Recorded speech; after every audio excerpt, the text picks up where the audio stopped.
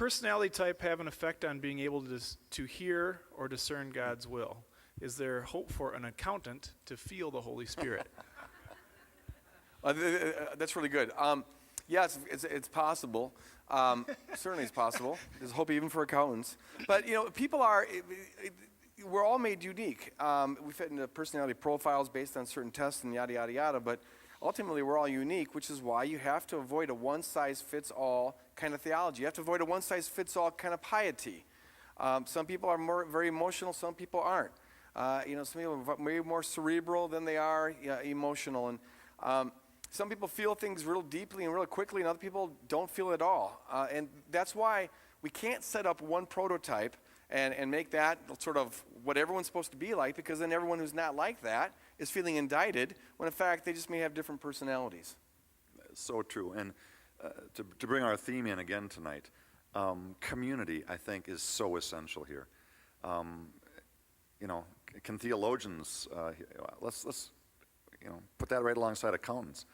My own personal experience of prayer through the years has been very much one where I don't often or deeply have what I'd call, the spiritual fuzzy sort of thing. I mean, my life with God has been predominantly around the mind, life of the mind. And it's often, in fact, I think sometimes I've gravitated to the life of the mind because I've wanted so often these deep spiritual experiences. And then I look at the rest of my life and realize that's just not how I'm wired in most of my relationships. That's just not really who I am. But in community, particularly in a house church I was a part of for a number of years, and then a small group later on in life, I've had some profound experiences where I'm praying with and just being in relationship and community with these folks, and having others' experiences of God that are more visionary, so to speak, impact my life. And I think God gave in the body different gifts.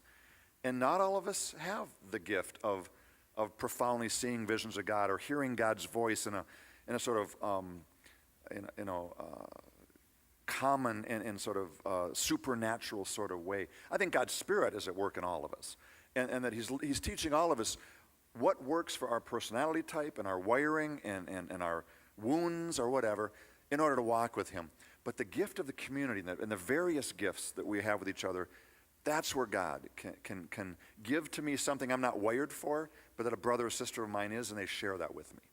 A profound experience of the church. I'll just add this, that here's I think the balance, is that if there's a person who just never feels anything about God, I want to encourage them to not be indicted by that and walk by faith and not interpret that. Don't overinterpret that as God's abandoned you or anything.